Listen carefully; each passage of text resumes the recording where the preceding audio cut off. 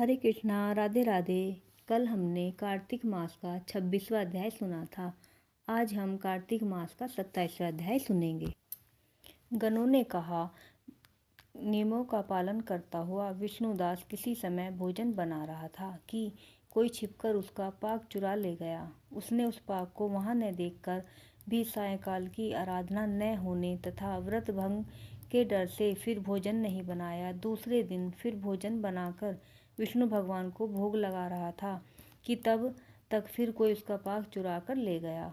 हे नृप, इस प्रकार लगातार 7 दिनों तक कोई उसका पाक चुराता रहा। तब विस्मित होकर वह अपने मन में विचारने लगा, यह बड़ी विचित्र घटना है कि न जाने कौन मेरे पाक को नित्य प्रति चुरा ले जाता है। फिर भी यह परम सन्यासियों का स्थान है, इसे नहीं छोड़ना चाहिए। यदि मैं फिर भोजन बनाकर भक्षण करता हूँ तो सायंकाल देर होगी और इस प्रकार की पूजा कैसे छोड़ी जाएगी। पाक बनाकर तुरंत मुझे भोजन नहीं करना चाहिए, क्योंकि बिना भगवान को अर्पण किए वैष्णव लोग भोजन नहीं करते। 7 दिन तक निराहार बीते और मैं व्रत में तत्पर ही हूँ। आज भली भांति इस भोजन की रक्षा करता हूँ। यह सोचकर भोजन बनाकर उसी स्थान पर ओट में छिपकर बैठ गया।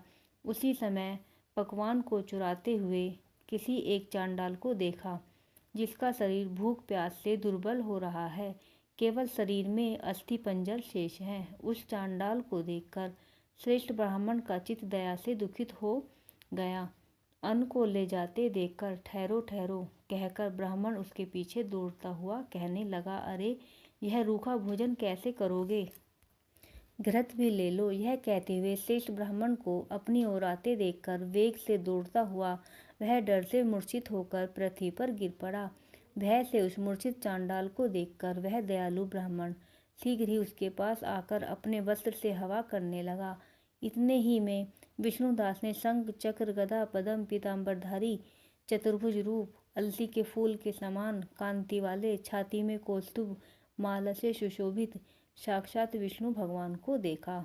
भगवान का दर्शन करके सात्विक भाव से युक्त वह श्रेष्ठ ब्राह्मण उनकी स्तुति तथा प्रणाम कुछ भी न कर सका। वहीं पर सब इंद्रादि देवतागण भी उपस्थित हो गए और गंधर्व तथा अप्सराएं भी आकर प्रसन्न होकर नृत्य गीत आदि करने लगी।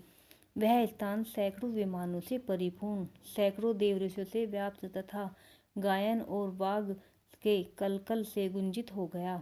तब विष्णु भगवान सात्विक व्रतधारी अपने भक्त विष्णुदास को छाती से लगा अपना रूप देकर अपने साथ बैकुंठ धाम को ले गए। उत्तम विमान पर चढ़कर विष्णु के निकट जाते हुए विष्णुदास को यज्ञ में दीक्षित राजा चोल ने देखा।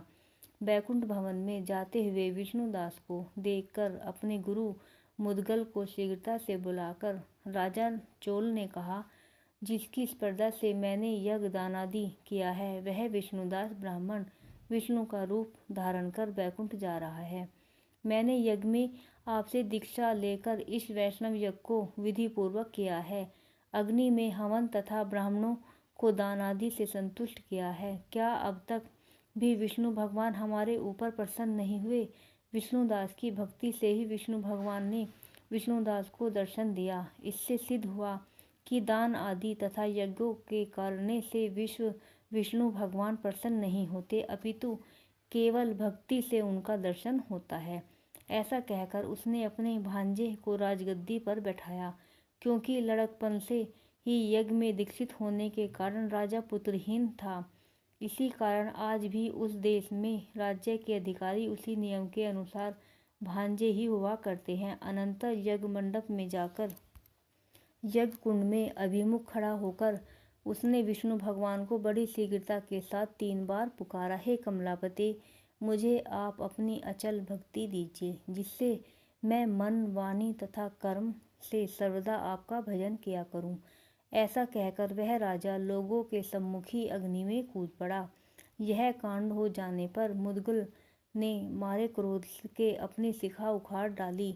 इससे उसके गोत्र में आज भी उसके गोत्र शिखा सहित रहते हैं। इतने ही में भक्त वत्सल विष्णु भगवान कुंड के सम्मुख प्रकट होकर चोलेश्वर को दर्शन दिए और हृदय से लगाकर विमान पर आगे चढ़ा दिए।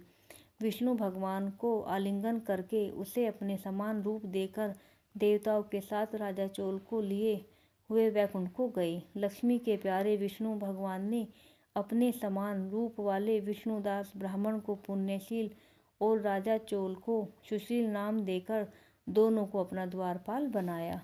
राधे राधे।